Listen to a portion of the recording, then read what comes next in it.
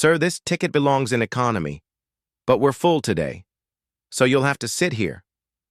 Olivia Hart's voice cut through the soft murmur of business class. On the surface, polite underneath the scrape of disdain. Screens paused. Glasses hovered. Mid-air. A few suits traded small, satisfied smiles. Jack Monroe adjusted the strap on his old green backpack. He didn't argue. His palm rested on the shoulder of his daughter, Emily, who stood behind him with a white-eared rabbit pressed to her chest. Emily looked up, eyes wide. Jack gave a tiny nod, a signal learned in the quiet space between a father and a child. "It's okay. Keep moving." They stepped into the aisle, walking pasted shirts, metal watches, the faint perfume of money. His hoodie was faded at the elbows. His jeans were clean but worn smooth at the seams. Next to the leather headrests and stitched logos, the contrast was stark. A man in a pinstriped suit leaned toward his seatmate just enough for the words to carry. "Wrong turn at the bus station," he said. Dry laughter cricked the silence. Jack didn't bite. His jaw tensed once and eased. Emily's fingers tightened around his. "Row 12. He helped her into the window seat 12F and slid into 12E. He tucked the backpack carefully under the seat ahead. The corner of a threadbare eagle patch caught the light, then disappeared into shadow. From behind them came a voice that sounded like sugar poured too fast. "First time up here?" A woman in a sleek black dress twirled the lanyard badge from some tech conference. Her smile was bright. Her eyes skimmed Jack and stopped on the frayed cuff of his sleeve. Jack unscrewed a water bottle. "It's just a flight," he said. His voice was quiet, and even the kind that ends a conversation without raising it. Her smile slipped a millimeter. She flipped her hair and faced forward. A couple of passengers chuckled under their breath. Jack turned to Emily. "You good, kiddo?" She nodded, but her voice was small. "They don't like us here, do they?" He brushed a strand of hair off her forehead. "They don't know us," he said. "People fear what they don't know. We don't have to carry that." Her hand slipped into his. She leaned on his arm. Across the aisle, a woman with red nails whispered to a friend just loud enough, but the little one scared by the exit row. The friend laughed on cue. Jack didn't turn. He tapped the armrest once, twice, a slow, steady rhythm like counting his own pulse. Emily felt it and glanced up but didn't speak. The engine spooled. The cabin hummed. A few rows ahead, a Rolex flashed as a menu opened. Champagne stems clinked. The lead flight attendant came down the aisle, heels crisp against the floor, smile lacquered into place. She stopped at row 12, facing the CFO everyone seemed to recognize. "Mr. Hale, your menu," she said, presenting the leather cover with both, hands as though it were ceremonial. Then her eyes drifted to Jack and Emily. The smile stayed. The warmth was gone. "I'm afraid we have limited menus tonight," she said. "We'll need to reserve them for our premium guests." A small ripple of approval moved through the cabin. Jack met her gaze. "Water's fine." The 4 words carried more weight than any protest. Her smile twitched. She moved on heels, clicking harder. Emily whispered mostly to herself. "Why are they so mean, Dad?" He squeezed her hand. "Sometimes people mistake money for worth. That's their mistake, not ours." She nodded a little braver. "We know better." Outside, the runway blurred to motion. The nose lifted. Washington fell away under a slab of gray cloud. Emily pressed her forehead to the window. The clouds looked close enough to touch. Jack settled back, hands loose on his knees. They were wide, strong hands, not office hands. Hands that had fixed things, carried things, kept more than one promise. 2 rows ahead, a man with a loosened tie twisted around in his seat back. "What's the matter, buddy?" His grin belonged to a late bar, not a cabin, hoping they'll let you fly the plane. Laughter flickered again, not as loud this time. Jack turned, slowly, calm level, unbothered. "I've worked near planes before," he said. The grin faltered. The man slid back into his seat. The laughter thinned and disappeared. Emily frowned. "How did you do that? With just one sentence. You don't need many words when you know what you mean." Service began. Metal carts whispered. Down the aisle. Real plates for some plastic lids for others. Olivia glided back past 12E with practiced focus, as if Jack and Emily were part of the interior, like armrests or vents. A phone went up across the aisle. Champagne held high for a story. "Business class with unexpected neighbors," the influencer murmured toward the lens.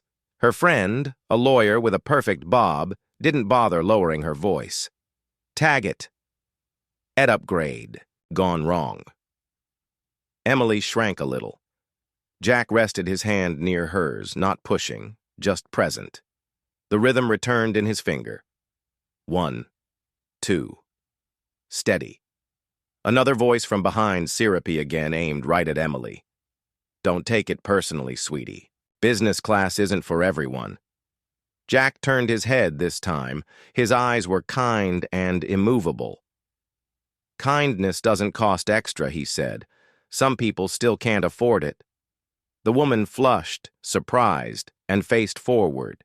Emily's eyes shone. "You're different from them." "Different isn't bad," he said. "Different is honest."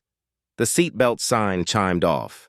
The cabin's noise grew, but under the clink of glass and the whisper of emails, something else moved. A question, the kind that makes people stare without meaning to. Who exactly was the man in 12E? Jack didn't try to fill the space. He let it exist. The clouds slid by like slow surf. His hand drifted to the backpack under the seat, to the old eagle patch he couldn't see but knew by touch. He didn't pull it out. "Not yet." The pinstriped man spoke again to no one in particular.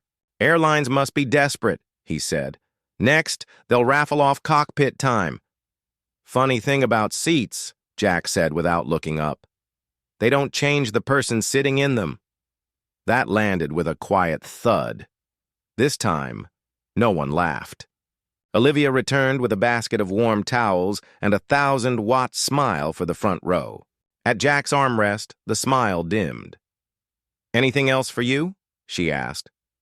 "Water's still fine," he said. "Thank you." His tone was clean. No sarcasm, no bite. It threw her more than a complaint would have. She nodded and moved on. Emily shifted, getting comfortable. The rabbit tucked under her chin. "Dad? Yeah. If Mom could see us, would she be mad we're sitting here?" Jack's eyes softened. She'd say, "This is exactly where we're supposed to be because we're together." Emily smiled and settled. Outside, sunlight cracked through a seam in the clouds, laying a strip of silver across the wingtip. The man with the tie loosened, glanced back once more, cautiously this time. He said nothing. Jack closed his eyes. For a beat. He listened to the engine note, the soft variations in pitch as the plane climbed and leveled. It was a language he didn't speak out loud anymore, but his body remembered it. The steady drum of airflow, the subtle change when the flaps tucked, the way a cabin exhales when the nose steadies. He opened his eyes and looked at his daughter. Her lashes fluttered. Her breath evened out. She was safe. She was here. That was the only scoreboard he cared about. He tapped the armrest once more. Then he stopped and stilled his hand. He didn't need to prove anything to anyone in this cabin. Not yet.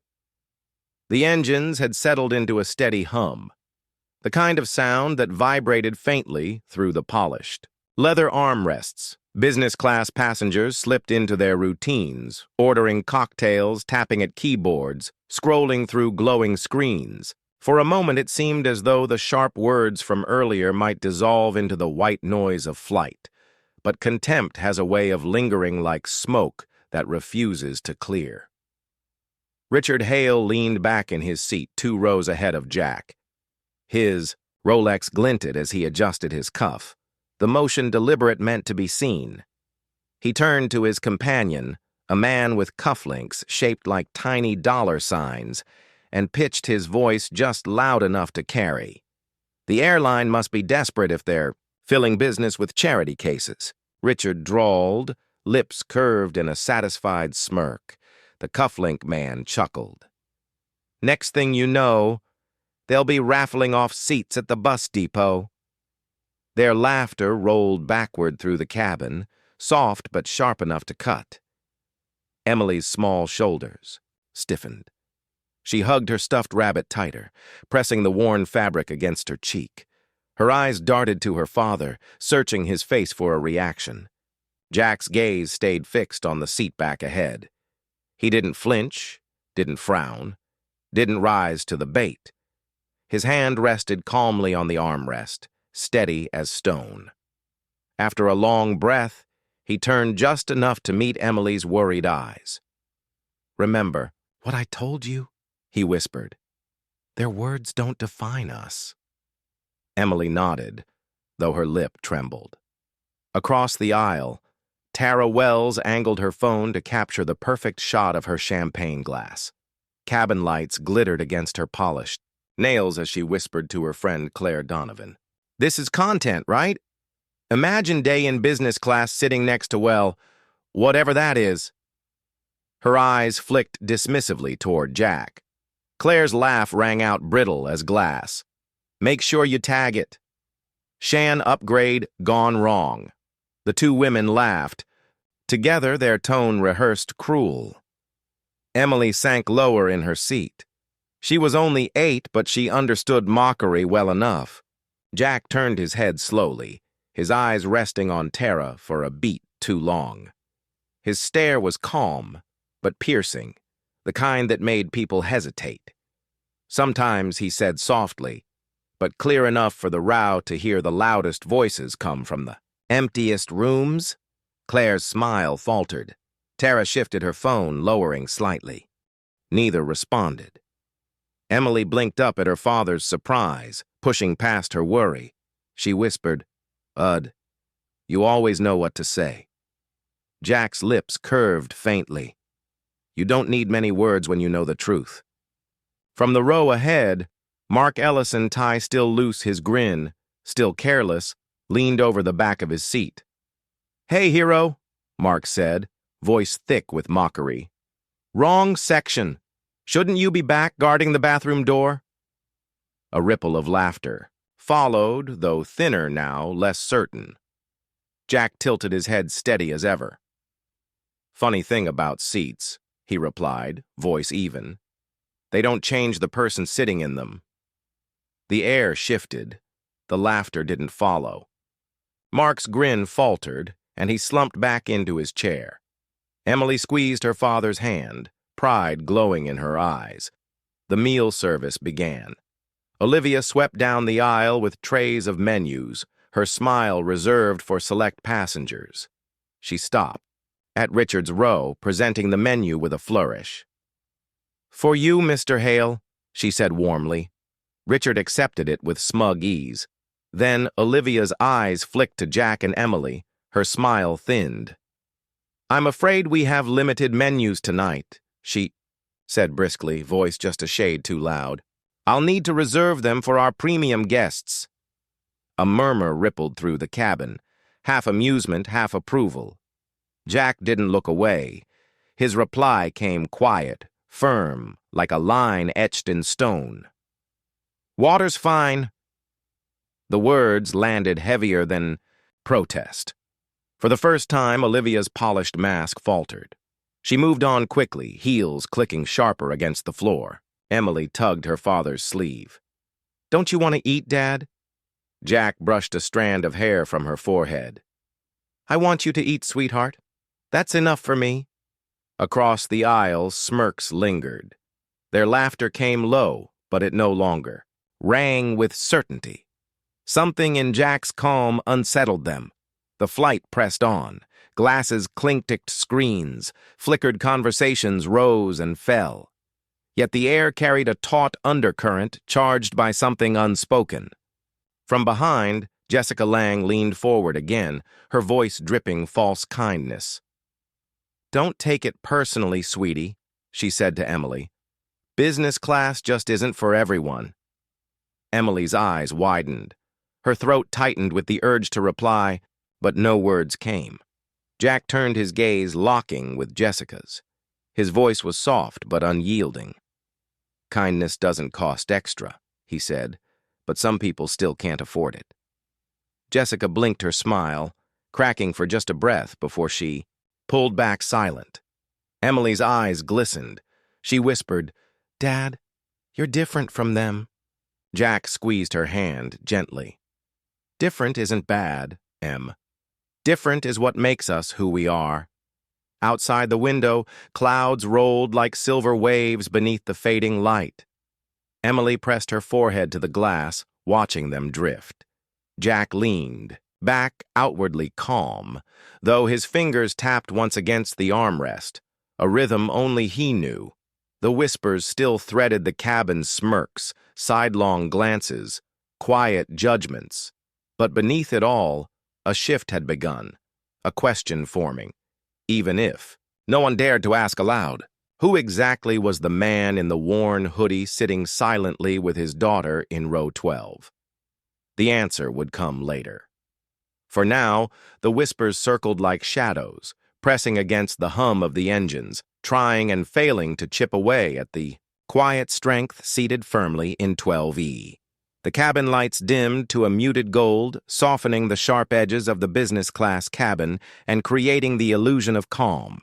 But beneath the steady hum of the engines, the residue of whispered insults lingered like static in the air. Emily leaned against her window, tracing small shapes in the fogged glass with her fingertip, her stuffed rabbit tucked tight beneath her chin. Beside her, Jack sat in silence, his gaze fixed on the rolling expanse of clouds outside. For a while, neither spoke.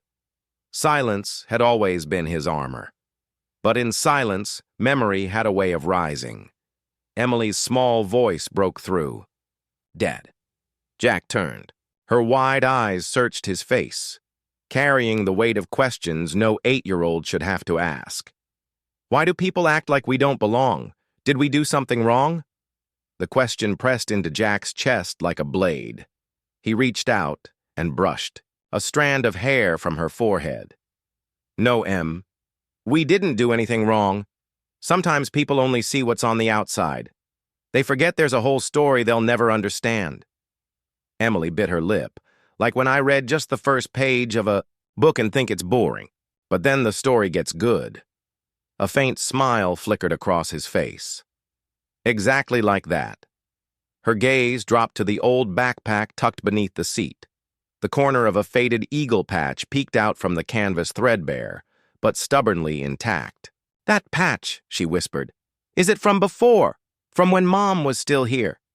The words cut deeper than she knew. Jack drew in a long breath, his eyes falling to the patch. And for the first time in years, he let the past unspool. A black night sky split by fire, missiles streaking through darkness, a cockpit bathed in the glow of warning lights. His younger hands gripped the control stick knuckles white. Sweat stung his eyes. His call sign, Midnight Viper, crackled through the headset amid frantic voices. "We're not going to make it, Viper," a pilot screamed. Jack's voice stayed firm. "Stay tight. I've got you." Tracer fire sliced the clouds like lightning. Enemy radar locked onto them, missiles closing fast. Against all odds, Jack guided 3 squadrons out of a trap designed to finish them. When their wheels finally touched safe ground, his body shook, not from fear, but from the overwhelming relief of counting every plane home, and waiting for him had been June, his wife, her smile radiant, her arms unyielding. She kissed him once hard before whispering, "You bring yourself back, Jack. That's all I'll ever ask." But fate had its own cruelty. Years later, it wasn't war that took her. It was a roadside accident, A phone call in the middle of the night. Jack, standing frozen in a sterile hospital corridor, clutching a toddler, Emily, while doctors shook their heads. At the memorial, a folded flag was pressed into his trembling hands, a cruel symbol of all he had lost. That memory never healed. It only scarred. Back in the present, Jack blinked, dragging himself from the ghosts to the quiet hum of the cabin. Emily was watching him, her little brow furrowed. "You miss her, don't you?" Jack's throat tightened. His voice came low, raw. Every day, Emily slipped her hand into his. "Do you think she sees us now?" He leaned closer, pressing his forehead gently against hers. "She sees you always, and she'd be so proud of the girl you're becoming." Her eyes glistened. She buried her face against his sleeve. "I try to be brave like you, but it's hard when people laugh at us." Jack wrapped an arm around her shoulders, steady and warm. "Being brave doesn't mean you don't feel the hurt. It means you don't let the hurt change who you are." Across the aisle, Tara Wells, her phone, still angled for the perfect champagne shot, paused. She hadn't meant to overhear, but the intimacy of their moment lodged in her throat. She quickly forced her smile back on turning to her screen. A few rows ahead, Richard Hale whispered something to Claire Donovan, and their quiet laugh cut the air. Their contempt hadn't softened. Not yet. But Emily didn't hear this time. She stayed close against her father's side, comforted by his presence. Jack's eyes drifted once more to the eagle patch. His fingers twitched toward it, then stilled. Some truths weren't ready. Not yet. The seatbelt sign chimed overhead. The captain's voice broke through the intercom. "Ladies and gentlemen, due to weather along our route, we'll be making a brief stop at Andrews Air Force Base to refuel. Please remain seated." Excitement stirred the cabin. Phones lifted, conversations buzzed. "Andrews," Richard said loudly. "That's where the F-22s are. Guess we'll get a show." Tarara's eyes lit up. Perfect content. A backdrop of fighter jets. "My followers will love it." Olivia Heels, clicking in sharp rhythm, swept down the aisle with her polished smile. "For our valued passengers in business class, this will be a rare opportunity to observe one of the nation's premier bases. Please enjoy the view, but remain in your seats unless otherwise directed." Her eyes brushed over Jack, cool and dismissive. The message was clear. "Not you." Jack stayed still. Emily tugged gently at his sleeve, her voice a hushed excitement. "Are we really stopping at a base with jets? The ones you told me stories about?" His jaw tightened. He gave her a small nod. "Yes, the very same." Her face lit up. "Can we see them? Up close?" Jack's hand gripped the armrest once the motion subtle. His reply came soft, almost reverent. "Closer than you think." The plane began its descent engines lowering in pitch. Through the windows stretched a vast tarmac lined with sleek silhouettes glinting beneath the late afternoon sun. F-22 Raptors stood like guardians, their wings sharp and gleaming. Personnel moved across the base with precise, practiced purpose. Passengers craned for a glimpse. Cameras clicked in unison. Emily pressed her face to the glass, her breath fogging the window. "They're beautiful," she whispered. Jack's eyes locked on the Raptors, and without thinking, his fingers brushed the eagle patch on his backpack. His chest tapped with a rhythm only he knew, the rhythm that always surfaced when memories pressed too close. For the first time on this flight, his expression shifted. Not anger, not shame, recognition. The captain's voice rolled across the intercom, clipped and steady.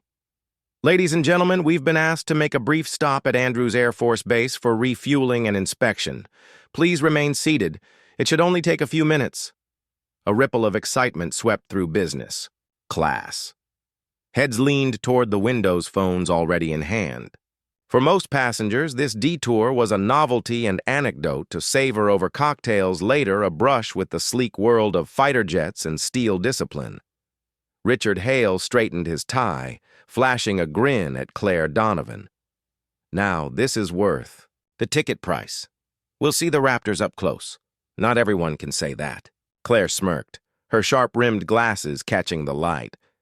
Let's just hope they don't confuse us with less qualified company.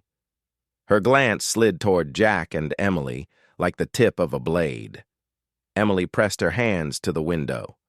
Through a thinning veil of cloud, the base emerged long runways like veins of silver hangers in precise rows, and at the far end, a line of F-22 Raptors gleaming under the afternoon sun. Her breath caught. "Dad, look, just like your stories." Jack's eyes narrowed, his posture rigid. He didn't smile. The sight tugged something deep inside him, a knot of pride, grief, and memory. Down the aisle, Olivia Hart strode with her polished smile heels striking like a metronome. She stopped midway, pitching her voice to Carrie. "This is a rare privilege for passengers in business class. Please remember to remain seated unless instructed otherwise. Security is very strict here. We want to make sure the right people are seen in the right places." Her gaze flicked to Jack, cool and deliberate. Emily noticed.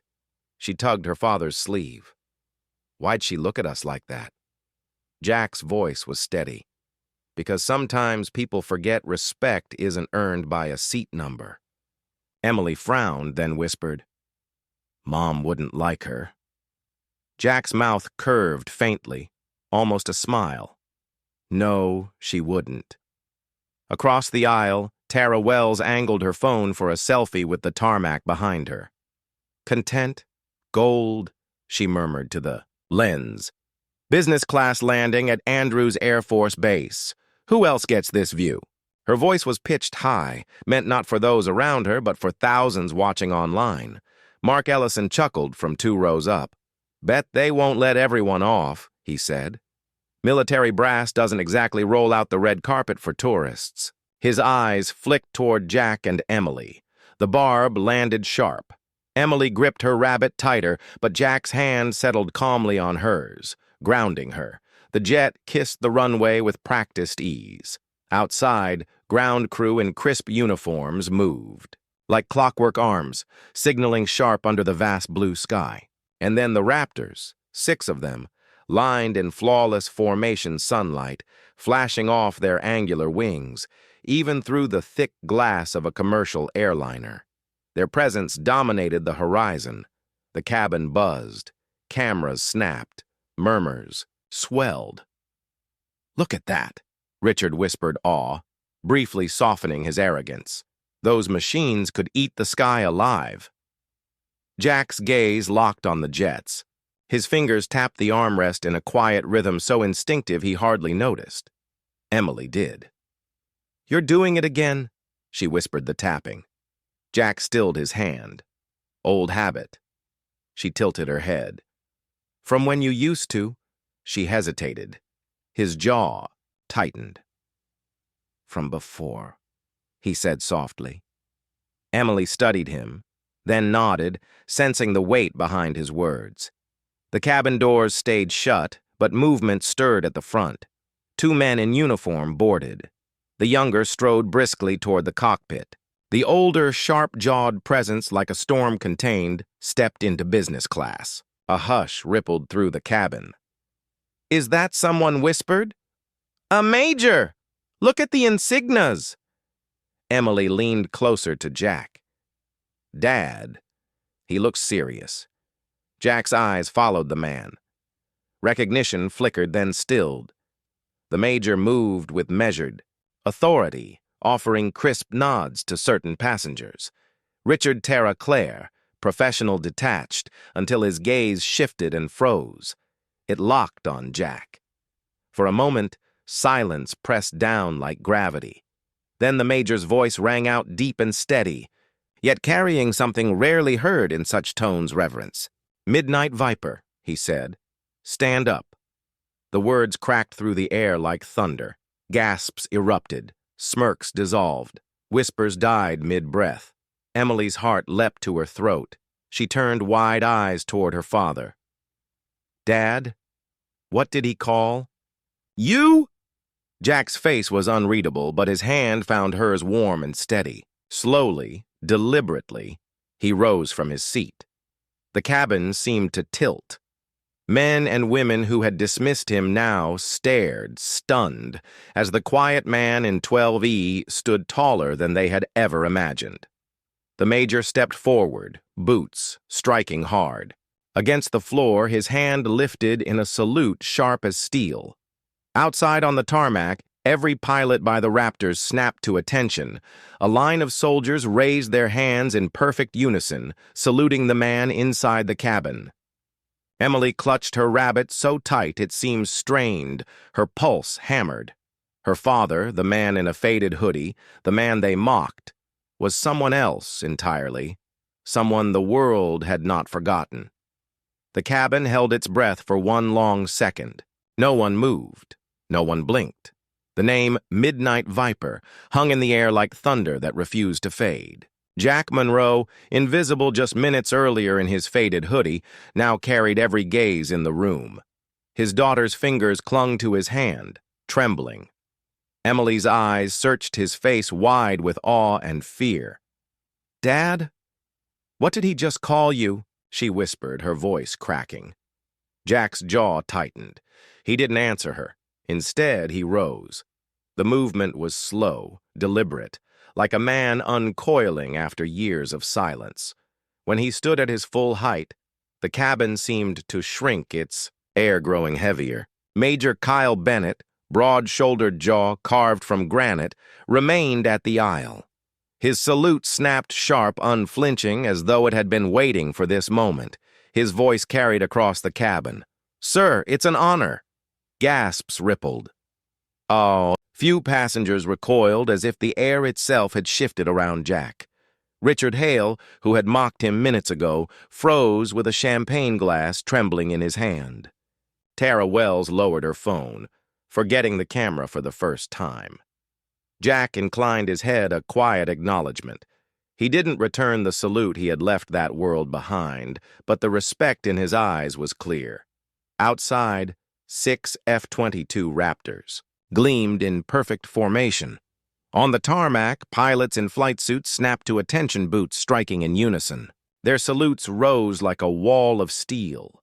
Passengers pressed against the windows, mouths open.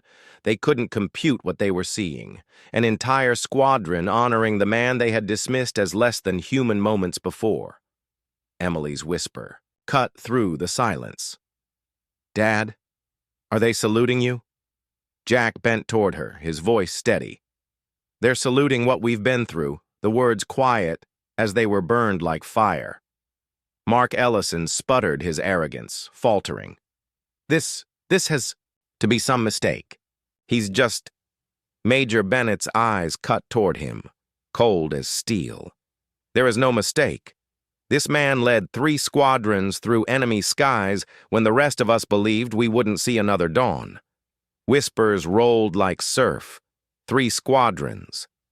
That can't be true." Why didn't anyone know Jack stayed silent? He didn't explain, didn't boast. His stillness spoke louder than disbelief. Olivia Hart tried to reclaim control, her voice polished and false. "Well, this is certainly special. We weren't told we'd have such a distinguished guest aboard." Jack's gaze pinned her, calm but unyielding. "I didn't come here to be announced."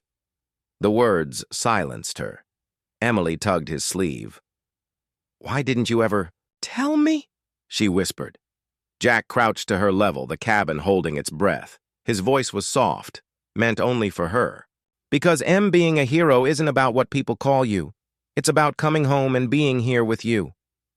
Her eyes filled and she threw her arms around his neck, rabbit crushed between them.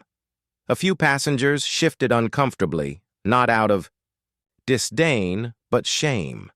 Their laughter now felt like a stain. Major Bennett lowered his salute. "Sir, the tarmac awaits. The squadron would like to greet you." Emily's head shot up, her unease gone, replaced with awe. "Dad, can we please?" Jack hesitated. The weight of old ghosts pressed against his chest, but her eyes, hopeful, trusting, pushed him forward. He gave a single nod. The cabin buzzed again, disbelief tinged with envy. Richard hissed under his breath. "This is absurd. He doesn't belong out there. Look at him. He's in sneakers." Jack turned his head, voice quiet but sharp. "What I've worn never determined what I could carry." Richard's face drained of color. He looked away. Hand in hand, Jack and Emily stepped into the aisle. Every gaze followed them, polished shoes. Diamond watches whispered apologies. Yet the man in a hoodie and the girl clutching her rabbit commanded the cabin more than anyone else on board. "At the door," Bennett gestured. "After you, sir."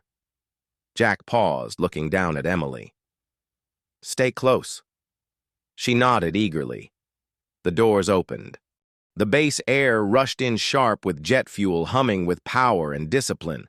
As Jack stepped onto the tarmac, the squadron straightened their salutes, snapping higher. The sound, dozens of hands striking in unison, echoed across the vast open sky. Emily's voice was a breathless whisper.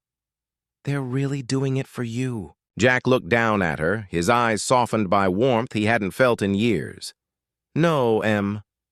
They're doing it for us." The moment stretched, etched into every heart, pressed against the cabin windows, into every soldier standing in salute, and into one small girl who, for the first time, saw her father not as the man the world overlooked, but as the man it could never forget. The air shifted the moment Jack stepped back into the cabin. He wasn't taller, no more sharply dressed, no wealthier than before, yet he was no longer invisible. He carried the salute of an entire squadron, the weight of respect hammered in steel, and everyone in that cabin felt it. Emily clung to his hand, her face glowing with pride.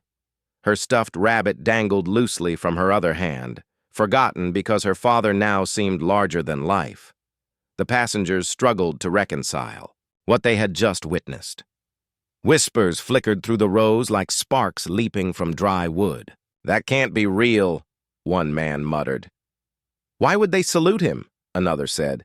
"Midnight Viper. I've heard that name before. Wasn't it classified?" Jack guided Emily into their seats with quiet ease. No hurry, no theatrics, as though he hadn't just overturned the cabin's hierarchy with nothing more than his presence. Across the aisle, Richard Hale leaned toward Tarara, Wells' disbelief dripping from his tone. "It's a stunt. Has to be PR for the Air Force. They love their propaganda." Tara frowned, her phone still in her lap. For once, she wasn't recording. "Propaganda doesn't look like that, Richard. Did you see the Major's face? That wasn't acting." Claire Donovan, silk scarf crisp around her neck, sniffed. "Or maybe he's a washed-up pilot they trot out for sympathy. Men like that aren't saluted anymore." Emily heard every word. Her cheeks flushed. She turned to her father. "Dad, why are they saying that? Don't they know what you did?" Jack exhaled slowly. His fingers tapped a steady rhythm on the armrest, grounding himself. He met her eyes. "People fear what they don't understand. Let them talk." Her lip trembled. "But you're my hero." His voice softened, steady and sure. "That's all I need to be." The attention of the cabin shifted as Olivia Hart reappeared. Her professional smile was pulled tight as piano wire. She straightened her jacket and spoke with brittle brightness. "Ladies and gentlemen, we've been fortunate enough to share this flight with a distinguished guest. We thank him for his service." Her eyes flicked to Jack, the words sour in her mouth. Then she turned back to the others, tone sharpening. "Of course, let's not get carried away. Many people serve. Not everyone leaves a clean record." The implications struck like a blade. Murmurs rippled. Awe curdled into suspicion. Richard seized the opening. "Exactly. I've heard stories. Men like him don't just vanish unless something went wrong." Mark Ellison leaned over his seat, emboldened. "Probably got discharged, washed out." "They don't tell you that in the movies." Emily's fists clenched. That's not true. Her voice cracked, cutting through the air. The cabin stilled. All eyes turned to her. Jack placed a calming hand on her shoulder. Em. His tone was firm but gentle. Her chest heaved. But Dad, they're lying. You should tell them. Tell them everything. For the first time, his eyes showed no shield. Only the raw weight of truths locked behind silence. He leaned closer. Voice meant only for her. Sometimes the right choice is saying nothing at all. Silence isn't weakness, it's strength. Her tears shimmered, but she nodded. She didn't fully understand, yet she trusted him. She always did. The whispers reignited. Claire crossed her legs, smirking. See? If he had nothing to hide, he'd defend himself. Jack finally raised his gaze, his voice low and even sliced through the noise. Some truths don't belong in this cabin. The words fell heavy. They didn't erase suspicion, but they quieted it. A few rows back, Tara Wells lowered her phone, brow furrowed. For the first time, she wasn't thinking of clicks or views. She was thinking about the dignity in his refusal to explain, and it unsettled her. Emily pressed her forehead into her father's sleeve, whispering, "I hate that they don't see you." He wrapped an arm around her, steady and sure. The people who matter always see Em. The seatbelt sign chimed. The engines rumbled, preparing for takeoff. Yet no one thought of altitude or turbulence. The real storm was in the way. Every passenger now looked at the man in 12E, half in awe, half in doubt. And in that silence, one truth remained unshakable. Jack Monroe was no longer just the quiet father in a faded hoodie. He was a name carried in shadows, a name whispered with reverence and suspicion alike. Midnight Viper? Discharged? That's the word they used. The voice didn't come from the cockpit or the attendants or even the intercom. It came from 2 rows back, low but sharp, the kind of whisper meant to wound. Jack froze. Emily's wide eyes lifted to him. "Daddy? What's discharged mean?" He forced a smile, flipping open the in-flight magazine as if distracted. But every muscle in his body coiled tight. Around them, passengers leaned in, the awe that had filled the cabin after Andrews. AFB had curdled into suspicion. Not every pilot gets a hero's ending. The man behind him murmured, voice slick with certainty. Word is he botched a classified mission. Put lives at risk. They had no choice but to throw him out. Gasps flickered through the rows like sparks over dry grass. Someone muttered, "Explains why he's mopping floors now." Jack's jaw clenched, his gaze pinned forward. Emily's fingers dug deeper into his arm, her trust anchor. Olivia, immaculate in her suit and sharper still in her gaze, seized the opening. So the spotless Midnight Viper was hiding a stain all along. Her words were precise as blades. "I wonder if silence has always been your weapon, Mr. Monroe." This silence wasn't a shield. It was a chokehold. Jack's chest tightened under the weight of memory. Against his will, his mind pulled him back to a desert sky set ablaze. Cockpit alarms screaming red, his squadron flying low, ghosting above the sand. Then the order crackled, "Hold position, protect the convoy." But Jack had seen it a missile lock, not on him, but on his wingman, barely 21. A farm kid who had once pressed a photo of his family into Jack's hand and whispered, "Keep me alive, sir." Jack's choice had been split second. He'd broken formation, flared wide, drawn the missile away. It hit. He lived, but the mission fractured. The report called it failure. At the tribunal, the question was simple. Who defied orders? Jack stood tall. Silence saves. My silence will keep them safe. He signed the discharge papers with a steady hand. His men went home with honor. He walked away in shadow. Now, in this cabin, the weight of that night pressed, down like gravity. Emily tugged his sleeve, her voice trembling. "Daddy, why don't you tell them? Why don't you tell them you're not bad?" Her innocence was sharper than any accusation. Jack pressed his forehead to hers, his whisper cut from gravel. "Because sometimes, Emmy, the truth hurts the people you promised to protect. Sometimes the only way to keep others safe is to carry the blame yourself." Her eyes shimmered. "But they don't know you. They don't know how good you are." His smile trembled but held. "You know me.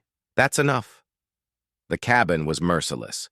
Heroes make headlines, but scandal sells faster. A businessman sneered. "So this is him, the janitor with a tarnished badge, some role model." Across the aisle, a woman spat.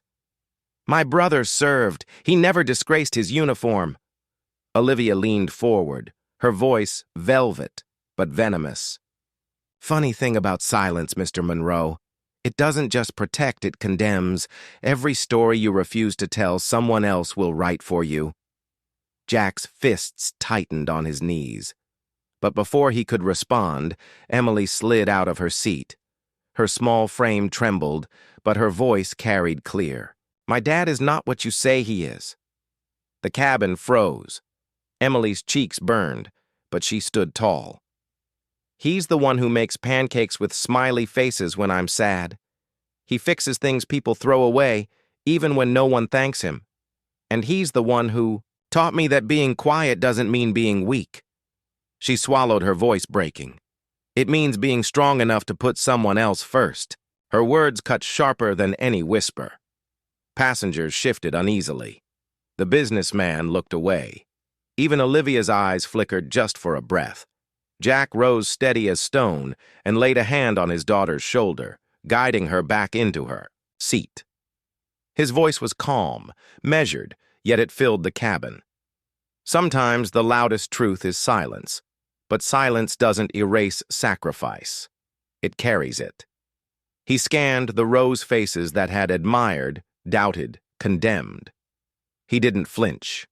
"I don't need anyone here to believe me, but I'll say this. I'd rather be branded a failure than send a boy home in a flag-draped coffin if that makes me guilty."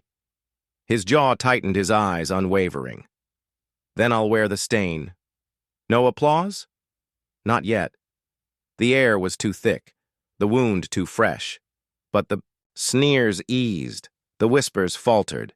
Even Olivia leaned back, her lips pressed thin. Emily buried her face against his chest, whispering, "I believe you, Daddy." Jack's arms wrapped around her, unshakable. For the first time in years, he let a single tear fall silent, unannounced, like every burden he had carried alone. The cabin remained hushed, unease coiled in the air, because silence once revealed is never clean. It scars, and scars demand reckoning. The plane trembled in a pocket of turbulence, but inside everyone knew the real storm had just begun. "Excuse me, sir. Is it true?" The question sliced through the heavy quiet like a blade. It came from a boy no older than 12, sitting 2 rows ahead. His hair was mused from the headrest glasses sliding down his nose. In his trembling hand, a plastic jet wobbled with every breath. Jack looked up, startled. Since his confession, the cabin had been wrapped in uneasy silence. Now every ear tilted forward. The hush wasn't suspicion anymore. It was hunger, a need to know where truth lived. "Is it true? You flew the Midnight Viper." Emily's grip on her father's sleeve tightened. Passengers held their breath. Olivia's gaze, cool and merciless, bored into him like a prosecutor, waiting for a misstep. Jack didn't look at her. He looked at the boy. "Yes," he said at last, his voice low but steady. "I flew her." The boy's eyes widened. His fingers dug into the toy jet. "My uncle told me the Viper was the fastest thing in the sky. He said the man who flew it had to be the bravest pilot alive." Jack's throat tightened. Brave. The word never felt like his. He wasn't a man of medals and parades, just a ghost with janitor's keys clinking in dark hallways. He wanted to tell the boy bravery wasn't speed or firepower, it was sacrifice. But Olivia's voice cut in sharp as broken glass. And what did bravery cost you, Mr. Monroe? A badge stripped from your chest, a career buried in shame. Emily whipped toward her chin high despite the tears brimming. Stop it! Her voice cracked, but it didn't falter. You don't know him. You don't know what he's done for people. The boy with the toy plane raised his voice, emboldened by Emily's fire. My uncle always said, heroes don't tell their own stories. Other people tell them for them. He looked straight at Jack. Can I tell yours? The cabin gasped. It wasn't gossip he wanted. It was permission, to honor, not condemn. Jack blinked, shaken. Then he leaned forward, his voice gentler roar. If you tell it, son, tell it true. Don't make me larger than life. Heroes aren't bigger. They're just the ones willing to break. The boy nodded solemnly, as if receiving orders sacred as scripture. Emily tugged her father's hand, her eyes fierce. Daddy, if you keep staying quiet, people will keep hurting you. But if you speak, maybe they'll see you the way I see you. Her words weren't a plea. They were a challenge. Jack studied her face, innocent stitched with iron. And then he saw it. She wasn't asking him to defend himself. She was asking him to teach her how to stand tall in a world that would always try to shrink her.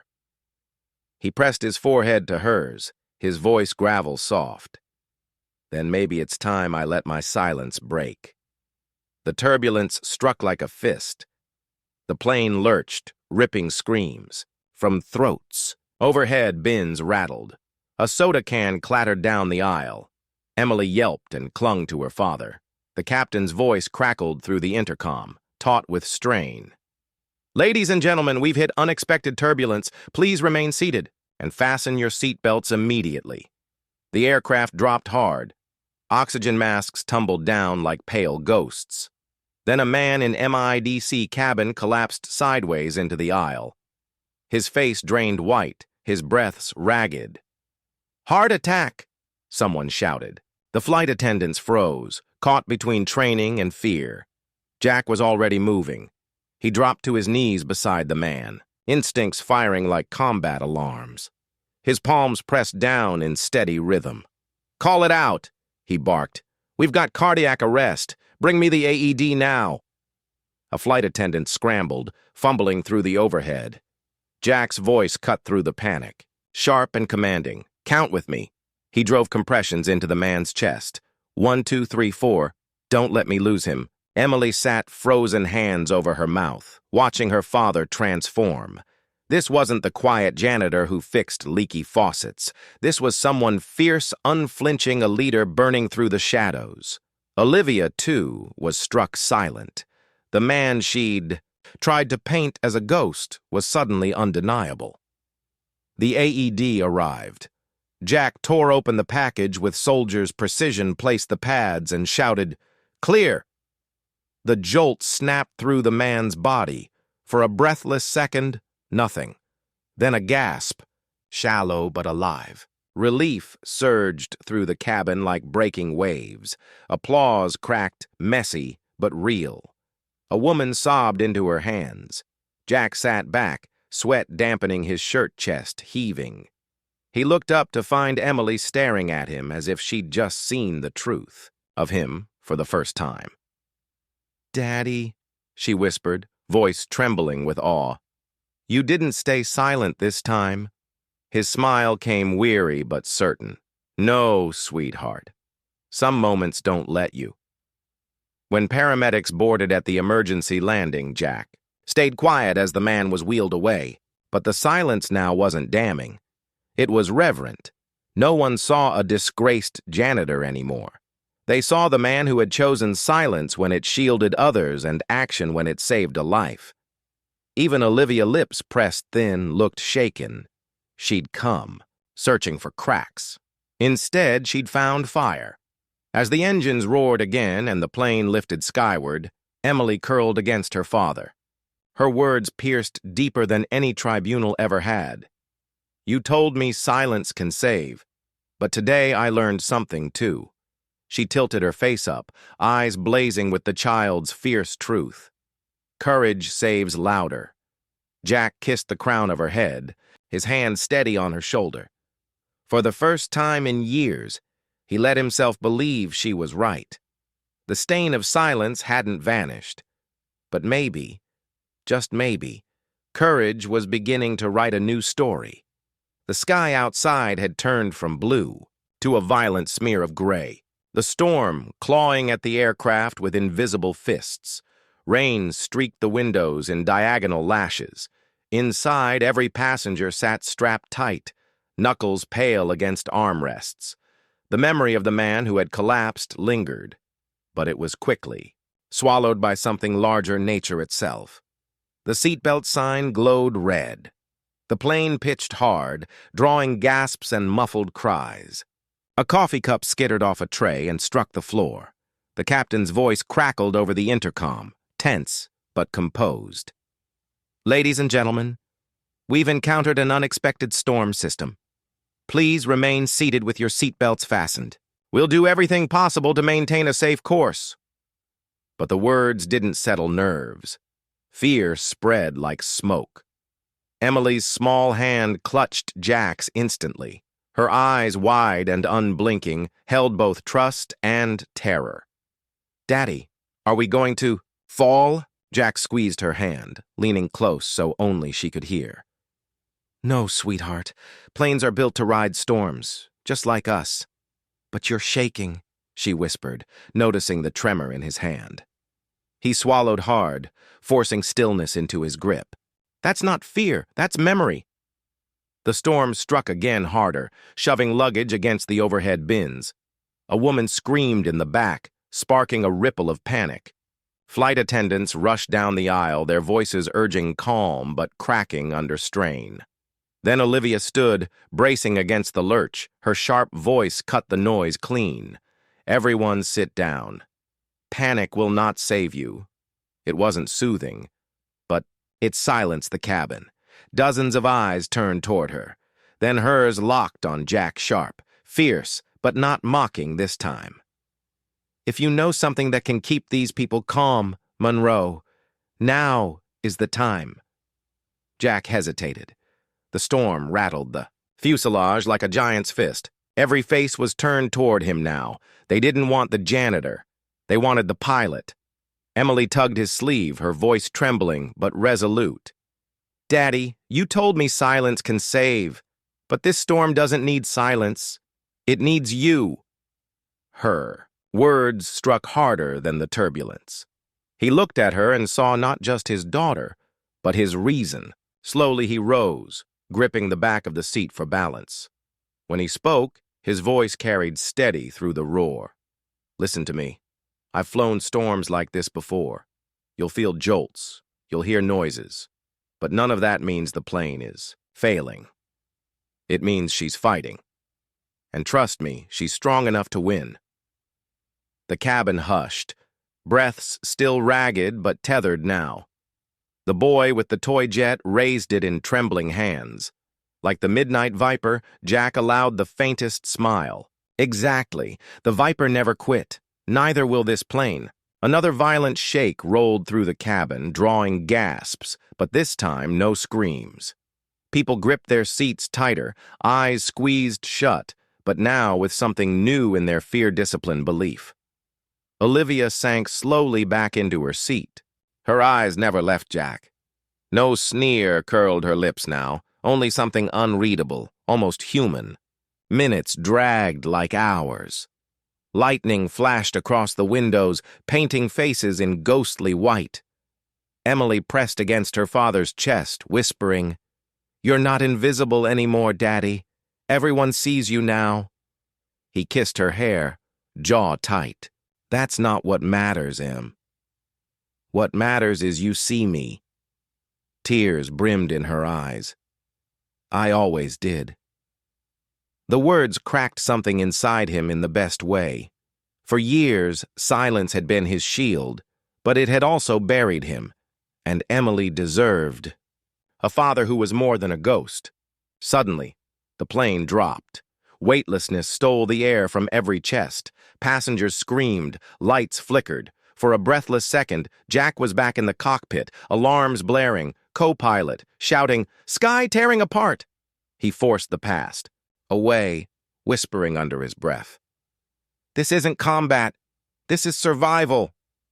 Emily clung tighter. "Daddy." His arms locked around her. "I've got you always." At last, after what felt like an eternity, the turbulence eased. The engines steadied, smoothing back into rhythm.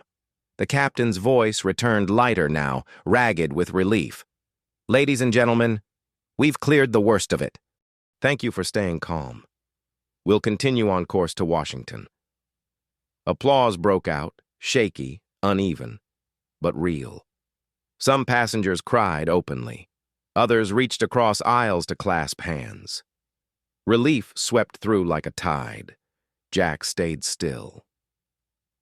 Emily, pressed to his chest, his breath leaving him in shudders. The boy with the toy plane leaned over the seat, eyes wide. "You were right, sir. The plane fought, and so did you." Jack's lips curved into a tired smile. "Sometimes fighting just means holding on." Then Olivia's voice drifted across the aisle, softer than anyone had ever heard it. "And sometimes it means letting people see you for who you are." Jack met her gaze. For once, there was no battle in her eyes, only recognition. As the cabin lights dimmed, passengers settling into uneasy calm, Emily whispered, "Daddy, when we land, will you tell them the truth about what really happened?" Jack stroked her hair, his gaze fixed on the dark horizon outside. His voice was steady, unshakable. "Yes, when the sky calls you, answer. And the truth has been calling me for a long time." The storm had passed, but the silence that followed felt heavier than thunder.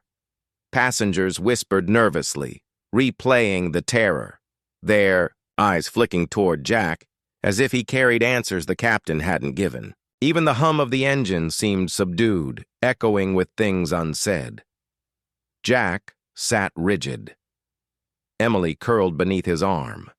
His pulse hadn't slowed since the turbulence eased.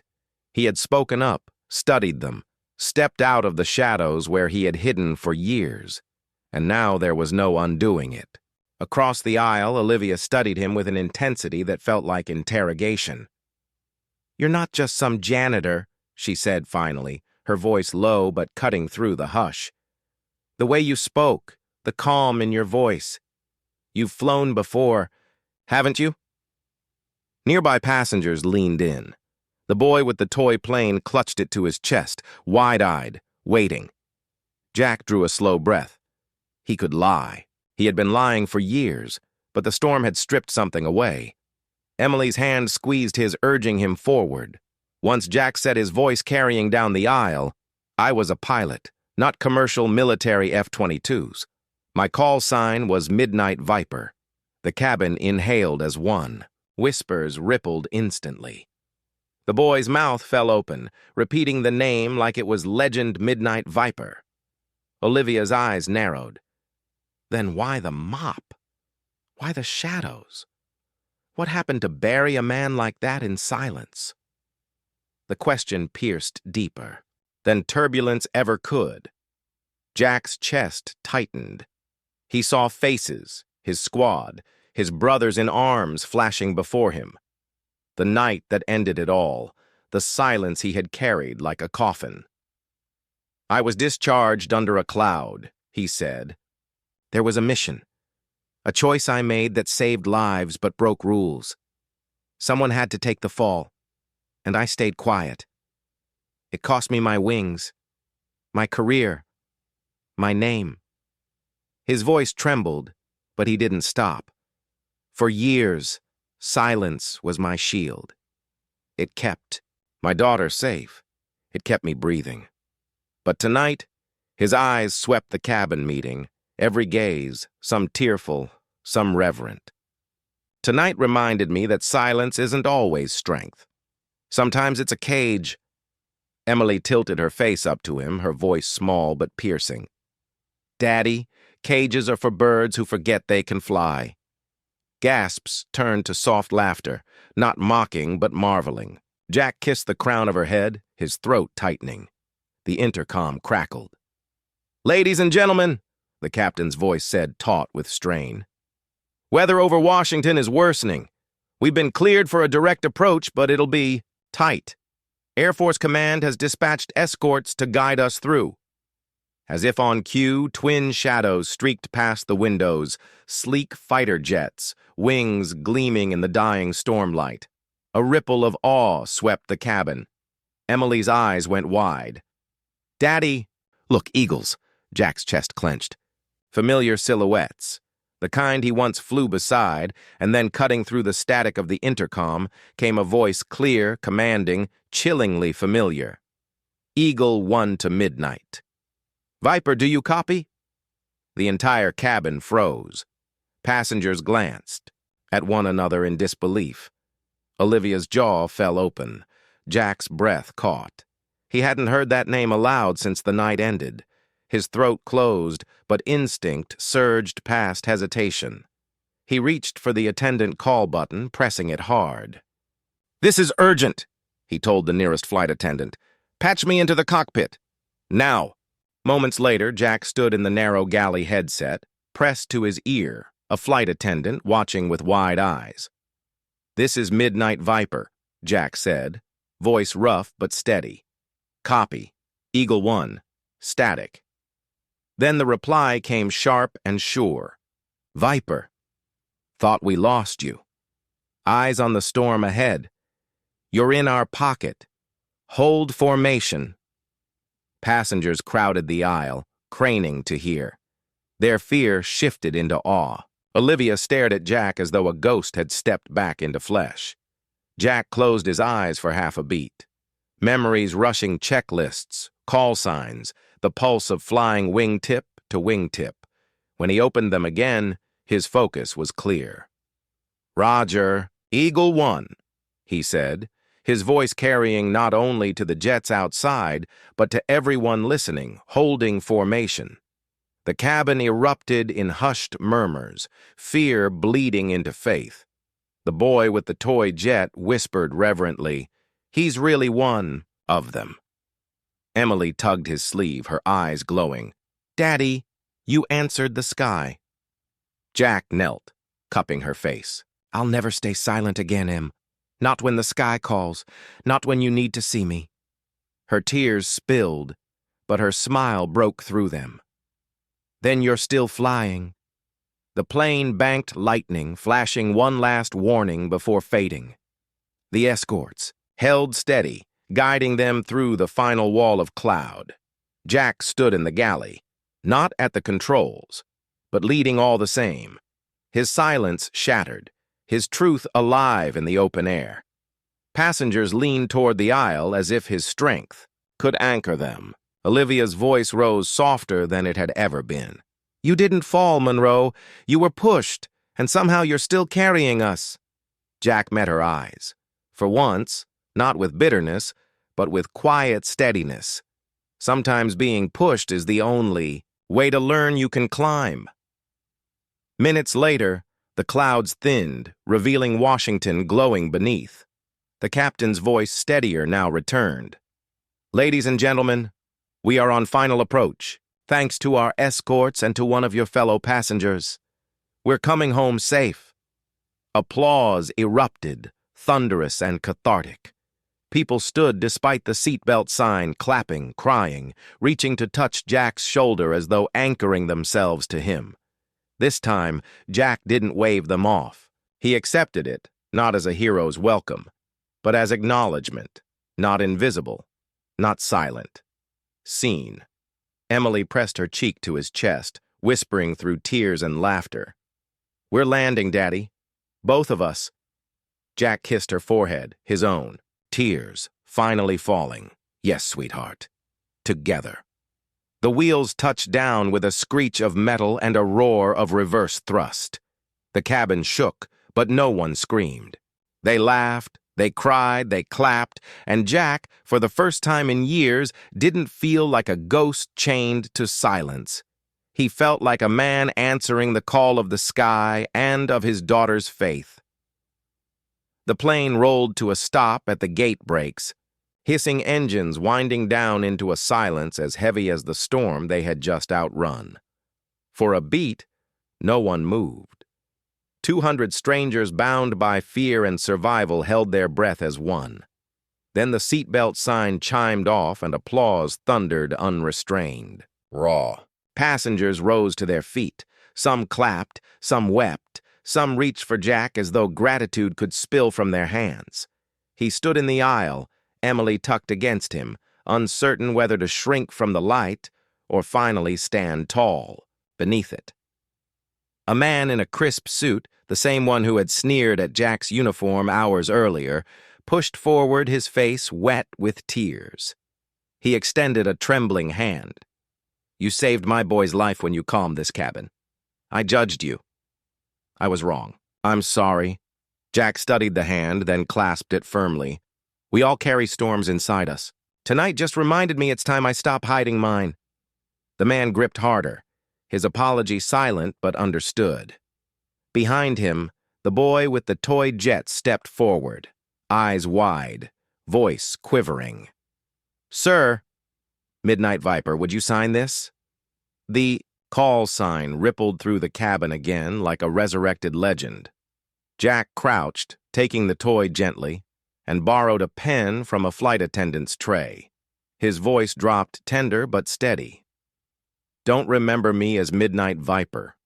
Remember me as a dad who tried his best." He signed the jet, then pressed it back into the boy's small hands. "And you fly higher, always higher." The boy nodded, clutching the toy like it was more than plastic, like it was permission to dream. The cockpit door opened. The captain emerged, pale with exhaustion, yet lit with reverence. His voice carried authority enough to hush the cabin. "Mr. Monroe, you gave these passengers something I could not in that moment calm. Faith, leadership, not the kind stitched into stripes, but the kind carried in the heart." Jack shook his head. "You landed us.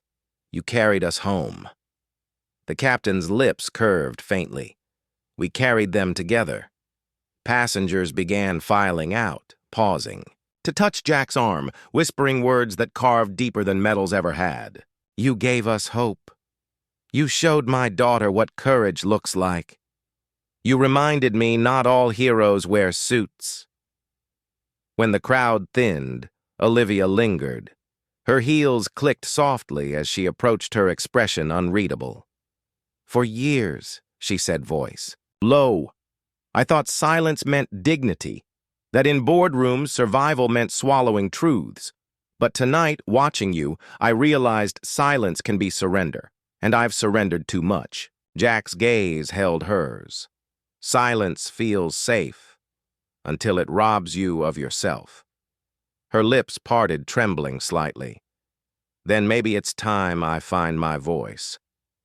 For the first time, her eyes carried no contempt, only respect, perhaps even something warmer, though it flickered like a candle not yet ready to declare itself flame.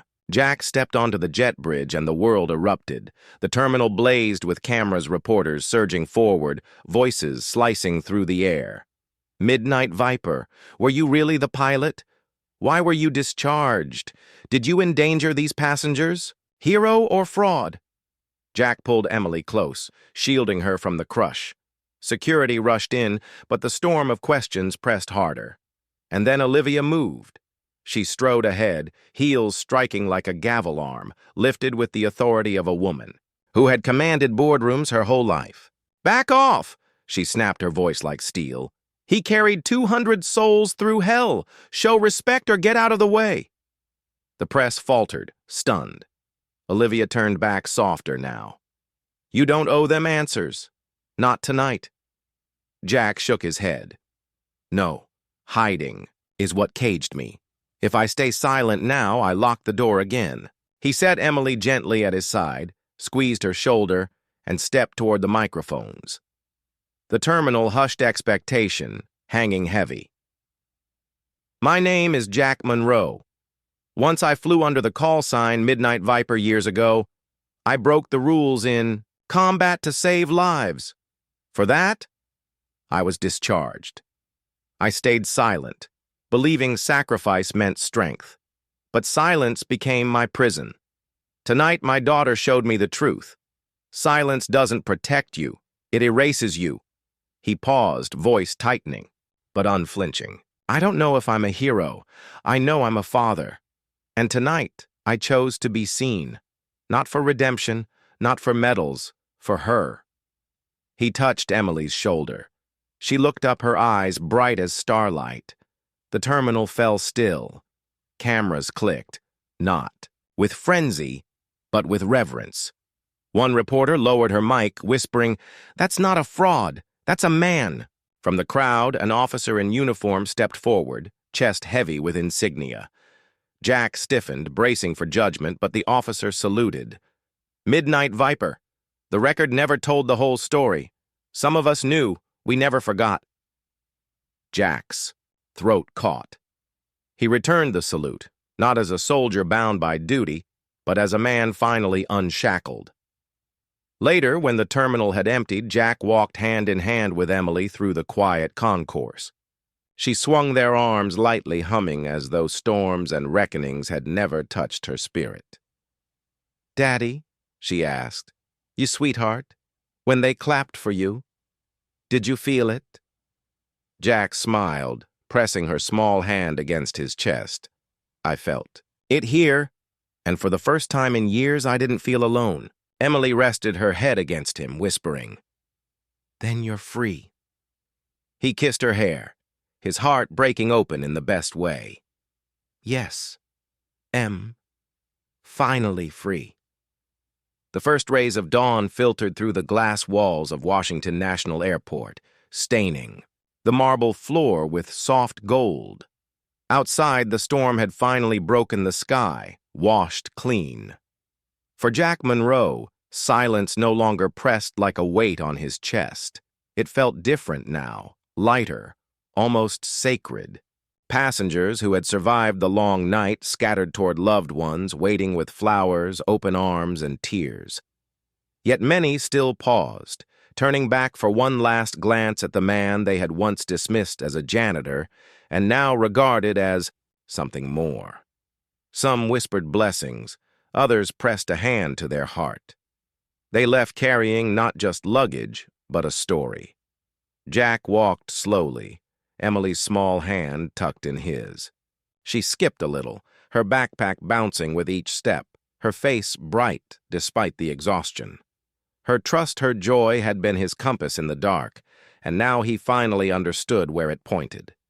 Olivia lingered nearby, her heels clicking, softly as she matched his pace. The sharpness that had once defined her posture had melted into something warmer. She spoke low enough for only him and Emily to hear. "You changed the air in that cabin, Jack. I don't mean the oxygen. I mean the kind of air people breathe when they've stopped believing in hope. You gave it back." Jack studied her, his stubble catching the pale light. "I didn't do it alone. Fear doesn't leave just because you stand tall. It leaves when someone believes with you." His hand tightened gently around Emily's. Olivia's lips curved, but her eyes glistened.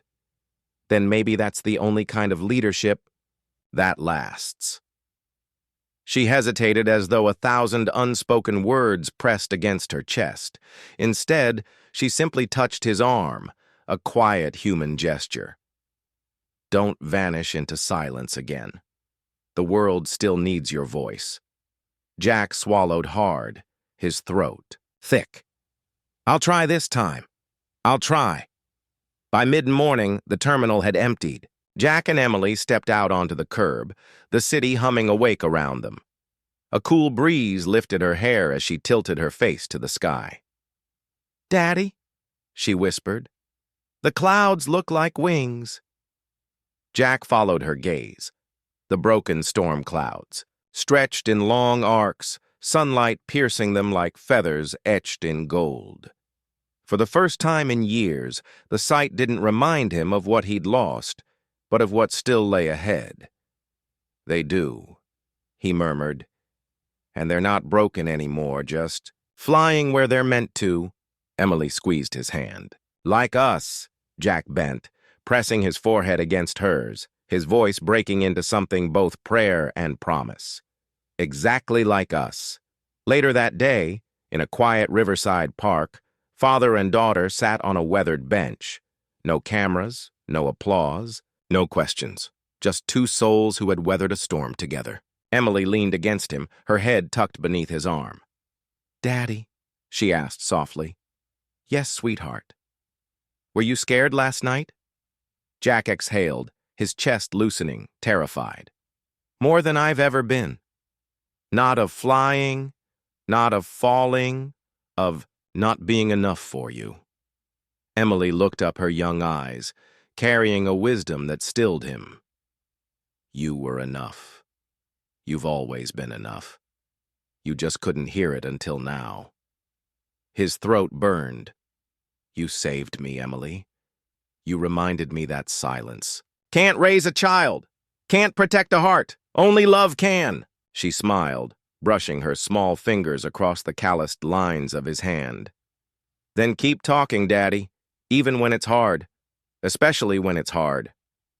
As the sun dipped low, painting the PTOAC in shades of amber and rose, Jack closed his eyes. For the first time in years, the silence around him felt like wings. Not the kind that cage, but the kind that carry. In his mind, he heard the faint echo of a radio call. A ghost of memory. Hold formation, Eagle 1. But this time, it wasn't about combat. It was about father and daughter, about holding steady together in a world that had finally stopped demanding his silence. When he opened his eyes, Emily was watching the sky, her face bathed in golden light. And Jack knew his greatest mission had never been the battles fought in the cockpit. It was this, to raise a child who believed in love more than fear, who spoke truth even when silence seemed easier. He drew her closer. "Come on, kiddo, let's go home." Emily grinned, her voice ringing like a bell. Together, and they walked on two figures silhouetted against the sky, their shadows stretching long and steady. Not warriors, not legends, just a father and his daughter, finally free, finally whole. The storm was behind them. The silence had found its song, and their wings, fragile, human, unbreakable, were already carrying them forward. And so their story reminds us that sometimes the greatest battles aren't fought in the skies or in crowded rooms. They're fought in the quiet corners of the heart. Love, courage, and the promise of tomorrow are the wings that carry us forward. Now, I'd love to hear from you. Where in the world are you watching this story from today? Share your thoughts in the comments below, because your voice matters here. If this story touched you, make sure to subscribe to the channel and join our growing family of listeners who believe in hope, healing, and second chances. From the bottom of my heart, thank you for spending your time with this story. Until next time, may your days be filled with light and may your heart always find its wings.